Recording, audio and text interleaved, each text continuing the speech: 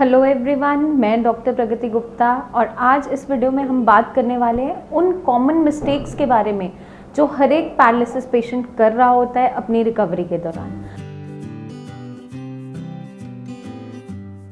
जब भी मैं क्लिनिक में पेशेंट देखती हूँ, पेशेंट आते हैं, विजिट करते हैं, तो बहुत ही कॉमन मिस्टेक्स हर एक पेशेंट कर रहा होता है।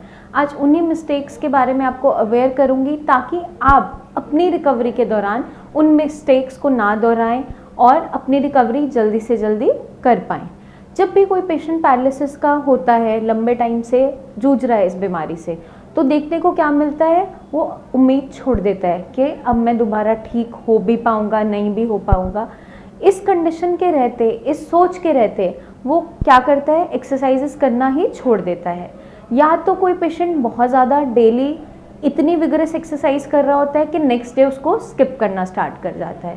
तो ऐसी बहुत सारी मिस्टेक्स हैं जो पेशेंट कर रहे होते हैं। वन बाय वन हम डिस्कस करेंगे इस वीडियो के अंदर। सबसे पहले हम बात करते हैं जो कॉमनली मिस्टेक हर एक पैरालिसिस का पेशेंट कर रहा होता है। पेशेंट को जब भी आप बोलते हो कि आप एक्सरसाइज करना स्टार्ट करो अपने ट्रीटमेंट रेजिमेंट के दौरान, तो वो क्या कहते हैं, जब मैं थोड़ा ठीक हो जाऊंगा तब मैं ये वाली एक्सरसाइज करूंगा मैम, अभी नहीं हो पाती।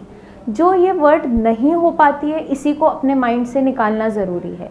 क्योंकि अगर आप सोच लोगे कि मैं कभी ठीक नहीं हो सकता, कोई भी दवाई, कोई भी इलाज आपको आराम नहीं दे पाएगा। अब हम श्रेयास में पैरालिसिस का ट्रीटमेंट करते हैं, पेशेंट्स ठीक भी हो रहे हैं, इंडिपेंडेंट बन रहे हैं और अपना काम करने लायक दोबारा से हो जाते हैं। अगर हम ही as a team, as a doctor, हम ही ये सोच लेते पहले से ही कि पैरालिसिस बीमारी तो कभी ठीक ही नहीं हो पाती है, तो क्या हम इस बीमारी का इलाज कर पाते कभी? आपके क्वेश्चन का जवाब इसी के अंदर है। आप जो कहते हो, जो आकर आप मुझे एक्सक्यूजेस देते हो, वो अगली बार से बिल्कुल नहीं चलेगी।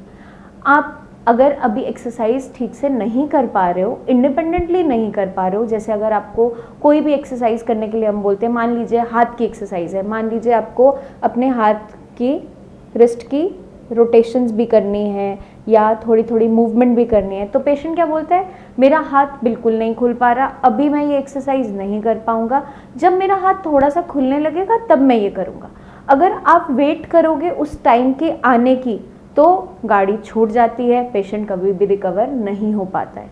क्योंकि टाइम की बहुत ज़्यादा इम्पॉर्टेंस है पैरालिसिस की रिकवरी के अंदर। अगर टाइमली आप चीज़ों को करना स्टार्ट करते हो और एक मोमेंटम मेंटेन रखते हो, एक अपना फिक्स्ड शेड्यूल मेंटेन रखते हो, तो पेशेंट के अंदर बहुत अच्छी रिकवरी देखने को मिल जाती है। अगर पेशेंट बहाने ढूंढता रहता है, अभी नहीं ये हो पाता है, कल करूँगा, जब ये ठीक हो जाएगा, थोड़ा सा हाथ खुलेगा तब मैं एक्सरसाइज करूँगा, ऐसा बिल्कुल भी नहीं करना है। ये सबसे बड़ी मिस्टेक है जो पेशेंट्स अक्सर कर रहे होते हैं। ठीक है, आप हाथ की मूवमेंट अभी नहीं कर पा रहे, आपका एक हाथ ठीक है, उसकी सपोर्ट से आप पकड़ के जितनी भी एक्सरसाइज करने की कोशिश कर पा रहे हो, थोड़ी थोड़ी मूवमेंट भी उसको ट्राई करो। अगर उतना भी नहीं हो पा रहा है, अपने केयर टेकर की, अपने फैमिली मेम्बर की असिस्टेंस लो। उनकी एफर्ट ज़्यादा आपको नहीं लगवाना है, लेकिन वो आपको सपोर्ट ज़रूर कर सकते हैं। मान लीजिए आपको चलने में बहुत ज़्यादा परेशानी होती है, तो आप इनिशियली वॉकर या स्टिक के सहारे थोड़ा सपोर्ट लेके, या साथ में कोई आपके केयर टेकर हैं उनकी सपोर्ट लेके चलना शुरुआत तो कीजिए। एक कदम आप बढ़ाओगे तब जाकर आगे आपकी रिकवरी स्टार्ट होगी। हम आपको ट्रीटमेंट प्रोवाइड कर सकते हैं, चीज़ों के बारे में समझा सकते हैं, लेकिन अपने अंदर की विल पावर को स्ट्रॉन्ग करना बहुत इम्पॉर्टेंट है। क्योंकि पैरालिसिस का वही पेशेंट ठीक हो पाता है जो अपनी तरफ से एफर्ट लगाता है, जो पहले ये सोच चुका होता है कि अब मैं ठीक नहीं होऊंगा। उस पेशेंट को ठीक करना किसी के लिए भी बहुत मुश्किल हो जाता है। तो मैं मानती हूँ ये बीमारी बहुत ही खतरनाक है, बहुत ही एकदम आपको डिपेंडेंट बना देती है दूसरों के ऊपर। अपना छोटा छोटा काम करने के लिए भी आप अपना एफर्ट नहीं लगा पा रहे होते हैं। पेशेंट बहुत डिप्रेसिव फील करने लगता है, क्योंकि अचानक से अगर हमें भी ये बीमारी होती है और इसके बारे में सोचना ही बहुत टेरिफाइंग होता है। क्योंकि आप जो इंडिपेंडेंटली सब काम कर रहे हो, बिल्कुल एक्टिव लाइफस्टाइल जी रहे हो, अचानक से कुछ ऐसा हुआ कि अब आपके हाथ पैर काम नहीं कर रहे, आप बोल नहीं पा रहे हो, आप खाना ठीक से नहीं खा पा रहे हो, आपकी मूवमेंट रिस्ट्रिक्टेड हो गई है, तो अपने आप में ही वो बहुत बड़ा डिलेमा है जो पेशेंट के माइंड में होता है। पर हमें इससे बाहर निकलना बहुत ज़रूरी है। छोटे छोटे एफर्ट, मैं ये नहीं कहती कि आप एक ही दिन में सारी एक्सरसाइजेस कीजिए, छोटे छोटे एफर्ट डेली बेसिस पे कीजिए, किसी की असिस्टेंट से कीजिए, क्योंकि आपके वही छोटे छोटे एफर्ट अगर डेली बेसिस पे आप कर रहे हो तो मंथ के एंड में, साल के एंड में बहुत अच्छी रिकवरी के रूप में दिखाई देते हैं। अब एक और आपको एग्जाम्पल देती हूँ जो मिस्टेक पेशेंट्स ज़्यादातर कर रहे होते हैं। एक पेशेंट क्लिनिक में आए, मैंने उनसे बात की तो मैंने उन्हें पूछा, आपने इस बार एक्सरसाइज नहीं की है? क्योंकि नज़र आ जाता है पेशेंट के अंदर जो रिकवरी आनी चाहिए थी उतनी नहीं नज़र आ रही थी। मेडिसिन का सपोर्ट पूरा था, डाइट का सपोर्ट पूरा था, पर पेशेंट का एफर्ट बिल्कुल नहीं था। तो मैंने पेशेंट से पूछा, क्या आप एक्सरसाइज कर रहे हो? पेशेंट ने बहाने गिनाने स्टार्ट किए। मैंने उन्हें कहा था आप फिजियोथेरेपी सेंटर चले जाना, क्योंकि आप घर पे नहीं कर रहे हो। तो पेशेंट ने बहाना क्या दिया, अभी बहुत बारिश हो रही है तो मैं फिजियोथेरेपी सेंटर नहीं जा पाया। जब मैंने बोला कि आप फिजियोथेरेपिस्ट को घर बुला लो, होम विजिट्स के लिए भी आते हैं, मैम मैं फाइनेंशियली इतना स्ट्रांग नहीं हूँ कि मैं विजिट का पे कर सकूँ। ठीक है, थर्ड कंडीशन, जब पेशेंट को बोला कि आप खुद से कर लो, नहीं मैम अभी मुझसे नहीं हो पाता क्योंकि हाथ में अभी एक्सटेंशन नहीं है, मैं ये एक्सरसाइज नहीं कर सकता। पेशेंट का कंप्लीट डिनायल था उस स्टेप पे। और एक डॉक्टर अगर पेशेंट ऐसा कुछ कर रहा है, कितना मदद कितने टाइम तक कर पाएगा? तो ये मिस्टेक आपको नहीं करनी है। बहाने ज़िंदगी में 100 मिलेंगे, बट जो एफर्ट आप लगाओगे अपने लिए वो आपके लिए ही काम करेगा, मेरे लिए नहीं। मेरा काम है आपको गाइडेंस देना, आपको ट्रीटमेंट प्रोवाइड करना, चीज़ों को समझाना, अवेयर करना, बट अपने अंदर एक विल पावर स्ट्रॉन्ग रखना आपके लिए ज़रूरी है। आज इस वीडियो को लाने का मोटिव यही है कि अवेयरनेस ला सके अपने पेशेंट्स के अंदर कि आपको निराश नहीं होना है, हम आपकी सपोर्ट के लिए हमेशा आपके साथ खड़े हैं, बट एक स्टेप फॉरवर्ड आपको बढ़ाना पड़ेगा, तब बाकी स्टेप में हम आपकी मदद ज़रूर कर पाएंगे। तो वो एक सिंगल स्टेप अगर अपनी विल पावर को स्ट्रॉन्ग रखते हुए पेशेंट एफर्ट दिखाता है तो सामने वाला भी आपकी मदद पूरी पूरी करता है। तो आपने क्या करना है, बहाने नहीं बनाने हैं, क्योंकि कई बहाने आप डेली बनाते रहोगे, चीज़ों को डिले करते रहोगे, टाइम जैसे जैसे बीतता जाएगा आपकी रिकवरी स्लो डाउन होती चली जाएगी और आप अच्छे से रिकवर जल्दी से नहीं कर पाओगे। तो जितने भी बहाने हैं उनको आज बिल्कुल छोड़ दीजिए। अगर आप चाहोगे, आपकी विल पावर स्ट्रॉन्ग होगी तो आप कुछ भी कर सकते हो, दोबारा से इंडिपेंडेंट हो सकते हो। आप फिजियोथेरेपी सेंटर नहीं जा पा रहे हो, फिजियोथेरेपिस्ट नहीं आ पा रहा है, आपको जो हमने एक्सरसाइजेस गाइड की है उसको आप सपोर्ट के साथ करना शुरुआत तो कीजिए। अगर आप करोगे तभी आपके अंदर रिकवरी देखने को मिलेगी, क्योंकि जो ट्रीटमेंट हम आपको प्रोवाइड कर रहे हैं वो ब्रेन को पूरा पूरा सपोर्ट देता है न्यूरोप्लास्टिसिटी को दोबारा से स्विच ऑन करने में। अब ब्रेन तो आपका पूरी कमांड भेज रहा है, लेकिन आप मसल्स की एक्टिविटी करवाने के लिए ही रेडी नहीं हो, तो बैठे बैठे हाथ पैर की मूवमेंट अचानक से नहीं होगी। ऐसा चमत्कार किसी भी दवाई से नहीं हो सकता, किसी भी ट्रीटमेंट से नहीं हो सकता, अभी तक किसी पैथी के पास तो आया नहीं है। तो ज़रूरी क्या है, अपनी विल पावर को स्ट्रॉन्ग रखते हुए एफर्ट लगाना। आपने क्या करना है, अगर आप नहीं चल पा रहे हो, थोड़ा सपोर्ट लेके कुछ कुछ कदम बढ़ाना स्टार्ट करो। मैं ये नहीं कह रही कि डेली आप 1 घंटे की वॉक अचानक से स्टार्ट कर दीजिए। आप धीरे धीरे 15-15 मिनट के सेशंस का शेड्यूल बनाओ, जब थक जाओ बीच में रेस्ट करो, लेकिन दोबारा उसको करो।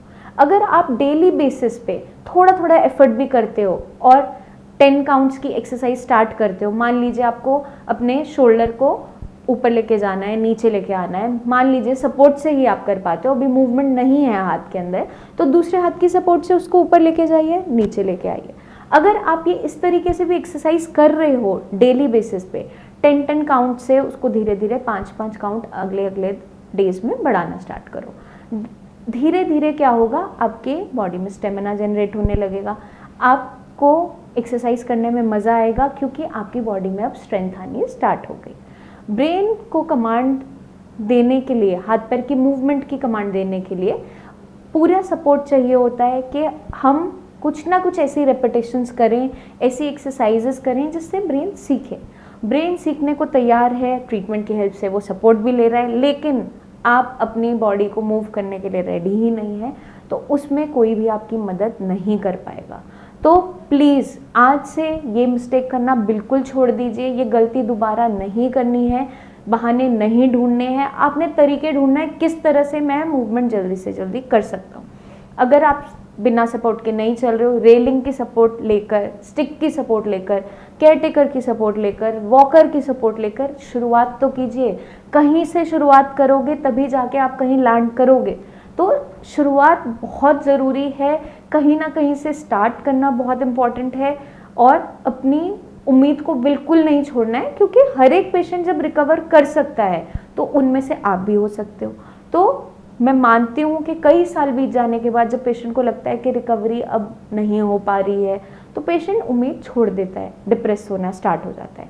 पर आप उस टाइम को याद कीजिए जिस दिन आपको स्ट्रोक हुआ था, उस दिन की कंडीशन से अब की कंडीशन को कंपैरिजन में रखिए, उसको कंपेयर कीजिए, तो आप क्या देखोगे कि उस दिन से आप बहुत बेटर कंडीशन में आ गए हो। अब इस कंडीशन, प्रेजेंट कंडीशन से और बेटर में जाने के लिए जितने एफर्ट आपने शुरुआत में किए थे उसको कॉन्टिन्यूअस बनाए रखना पड़ता है। अगर आप उसको फॉलो करते हो, डेफिनेटली आपके अंदर रिकवरी देखने को मिलेगी। थर्ड मिस्टेक पेशेंट जो कर रहा होता है, या तो पेशेंट एक दिन में सारी एक्सरसाइजेस कॉन्टिन्यूसली बहुत ज़्यादा कर रहा होता है, अगले दिन बिल्कुल छुट्टी लेके बैठ जाता है, क्योंकि उसकी मांसपेशियों में, उसकी हड्डियों में, उसके जॉइंट्स में दर्द होना स्टार्ट हो जाता है। अब ऐसा क्यों होता है? क्योंकि हमने एक दिन तो बॉडी को इतना स्ट्रेन कर दिया, नेक्स्ट डे बॉडी में इतना पेन है कि बॉडी रेडी ही नहीं है एक्सरसाइज करने के लिए। तो प्लीज़ ऐसा आपको बिल्कुल नहीं करना है। आपने क्या ध्यान रखना है, डेली थोड़ी थोड़ी एक्सरसाइज कीजिए, जितना बॉडी अलाउ कर रही है उसको कीजिए। जल्दी जल्दी के चक्कर में कंडीशन और ख़राब हो जाती है। डेली का छोटा छोटा एफर्ट मंथ के एंड तक बहुत ही अच्छा रिजल्ट आपको देगा। लेकिन अगर आप एक दिन में बहुत तेज़ी से एक्सरसाइज कर लोगे, नेक्स्ट डे बिल्कुल नहीं कर रहे हो, तो आपकी रिकवरी उतनी अच्छी नहीं हो पाती। तो डेली का कॉन्टिन्यूस एफर्ट, बार बार रिपीटिशन करने से पेशेंट का ब्रेन बहुत अच्छे से सीखता है और मसल्स में भी मूवमेंट आने लगती है। अब कभी कभार पेशेंट क्या कर रहा होता है, सिर्फ एक्सरसाइजेस पे ही फोकस कर रहा होता है और अपने ब्रेन के लिए कुछ इलाज नहीं कर रहा, कोई ट्रीटमेंट नहीं ले रहा, कोई भी ट्रेनिंग प्रोसेस नहीं चल रहा है। उस कंडीशन में क्या देखने को मिलता है कि जैसे आप सभी जानते हो, पैरालिसिस हाथ पैर की बीमारी तो है नहीं, ब्रेन से सीधा कनेक्शन है इस बीमारी का, न्यूरोलॉजिकल डिसऑर्डर है जिसके अंदर ब्रेन में या तो क्लॉट आया या हेमरेज हुआ है। अब क्लॉट या हेमरेज दोनों ही कंडीशन में आपकी फंक्शनिंग, हाथ पैर की या बोलने की क्षमता या फिर आपकी मूवमेंट जितनी भी हैं वो रिस्ट्रिक्ट हो जाती है। अब उस कंडीशन के अंदर अगर आप अपने ब्रेन को दोबारा से अच्छे से सिखा नहीं रहे हो तो आपकी बॉडी में मूवमेंट दोबारा नहीं आ पाती, क्योंकि हम ब्रेन के लिए कुछ इलाज ही नहीं कर रहे। अब ये चीज़ समझना ज़रूरी है कि आपकी मांसपेशियाँ तो बिल्कुल ठीक थी, जब आपको स्ट्रोक नहीं हुआ था आप सारी एक्टिविटी कर रहे थे, अचानक से कुछ ऐसा हुआ वो भी ब्रेन के अंदर जिसने आपके हाथ पैर की एक्टिविटी को अब रोक दिया है। तो हमें जो इलाज करना है वो इस तरीके से करना है, इंटीग्रेटेड फॉर्म में करना है कि ब्रेन को सिखाते हुए मसल्स की एक्टिविटी को वापस लाना है। अब वो किस तरीके से हो पाता है उसको आप समझ लीजिए।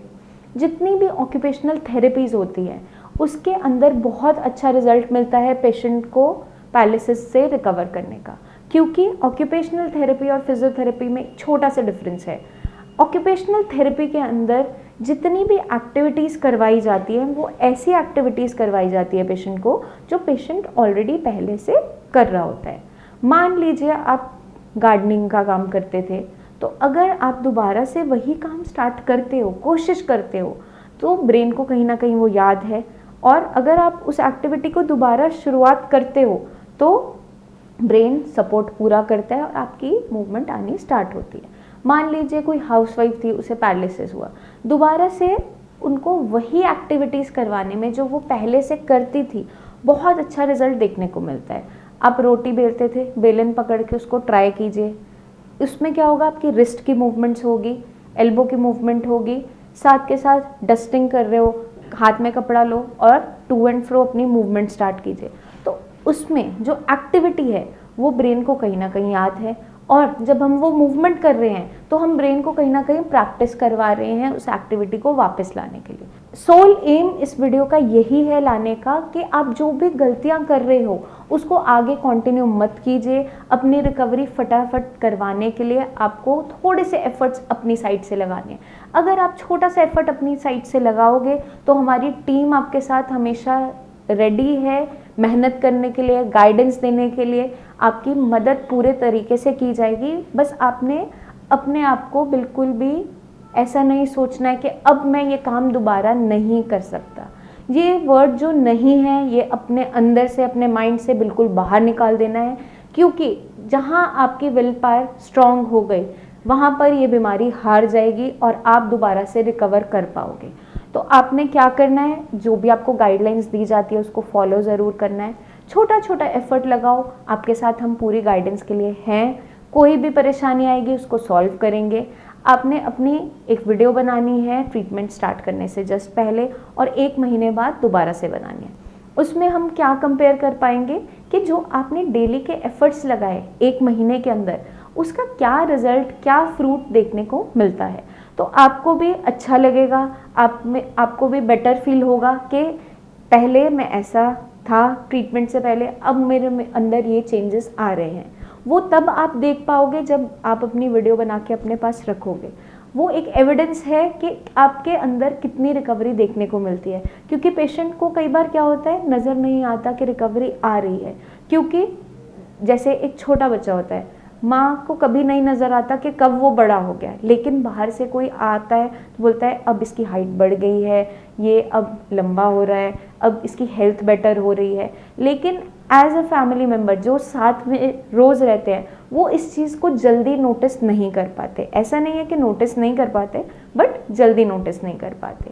तो उसी तरीके से ब्रेन की स्टेप बाय स्टेप रिकवरी जब हो रही होती है उसके अंदर कभी कभार हम नोटिस नहीं कर पाते, क्योंकि बहुत ट्रमेंडस ड्रास्टिक चेंजेस नहीं होते। इनिशियली जब आप बेड से चलना स्टार्ट करते हो वो बहुत बड़ा अचीवमेंट होता है, काफ़ी बड़ा अचीवमेंट अचानक से हुआ। लेकिन जब आप स्टेप मूव कर पा रहे हो और उसमें स्पीड पकड़ रहे हो, चाल सुधर रही है, आप उसको इतना अच्छा नोटिस नहीं कर पा रहे होते हो, क्योंकि आपको लगता नहीं है कि कुछ रिकवरी आ रही है। इसलिए आपने वीडियो ज़रूर बनानी है अपनी प्रेजेंट कंडीशन की, और ट्रीटमेंट के 1 मंथ बाद दोबारा बनाओ, डॉक्टर्स को भेजो, हम कंपेयर करेंगे साथ में। आपको नहीं समझ में आ रहा, दोनों वीडियोस को साथ में रख के देखो कि पुरानी वीडियो में स्पीड आपकी चलने की कैसी थी, अब कैसी हो गई है, मूवमेंट अकड़न ज़्यादा थी, कम हो गई है। तो ऐसे ही छोटे छोटे चेंजेस आप अपनी वीडियो में नोटिस कर पाओगे। इसके लिए आपने क्या करना है, डेली अपना एफर्ट लगाते रहना है, क्योंकि अपने एंड पे अगर आप कोशिश, छोटी छोटी कोशिश करते रहोगे, लास्ट में जाकर बहुत ही अच्छा रिजल्ट देखने को मिलेगा। आप दोबारा से इंडिपेंडेंट हो जाओगे। और कभी भी उम्मीद नहीं हारनी है। जहाँ तक अभी तक हम पहुँचे हैं रिकवरी के दौरान, आप मान लीजिए जब आपको पैरालिसिस हुआ था उससे लेकर अभी तक की रिकवरी अगर आप देखो तो बहुत बेटर हो जाता है पेशेंट, क्योंकि इनिशियली कंडीशन काफ़ी ख़राब होती है। लेकिन जैसे जैसे रिकवरी आती चली जाती है पेशेंट इंडिपेंडेंट होता चला जाता है। तो हमने क्या करना है, एफ़र्ट लगाते रहना है, एफ़र्ट को बिल्कुल छोड़ना नहीं है। और जो गलतियां मैंने आपको बताया जनरली पेशेंट कर रहे होते हैं वो अब से आप बिल्कुल नहीं करेंगे, क्योंकि अगर आप उन मिस्टेक्स को करना छोड़ देते हो तो आपकी रिकवरी बहुत जल्दी होनी स्टार्ट हो जाती है, क्योंकि आप दोबारा से सीखना स्टार्ट करते हो। तो आई होप कि वीडियो आपको मदद करेगी दोबारा से इंडिपेंडेंट होने में, जल्दी से जल्दी रिकवर होने में, और उन गलतियों को ना दोहराने में जो हर एक पेशेंट मोस्टली कर रहा होता है। जल्दी मिलेंगे नेक्स्ट वीडियोस में, जिसमें मैं लेकर आऊँगी बहुत सी ऐसी टिप्स जो मदद करेंगी पैरालिसिस जैसी बीमारी से जल्दी रिकवर होने में। तब तक के लिए प्रैक्टिस करते रहिए, अपना खास ध्यान रखिए, अपना डाइट का ध्यान रखिए। Take care.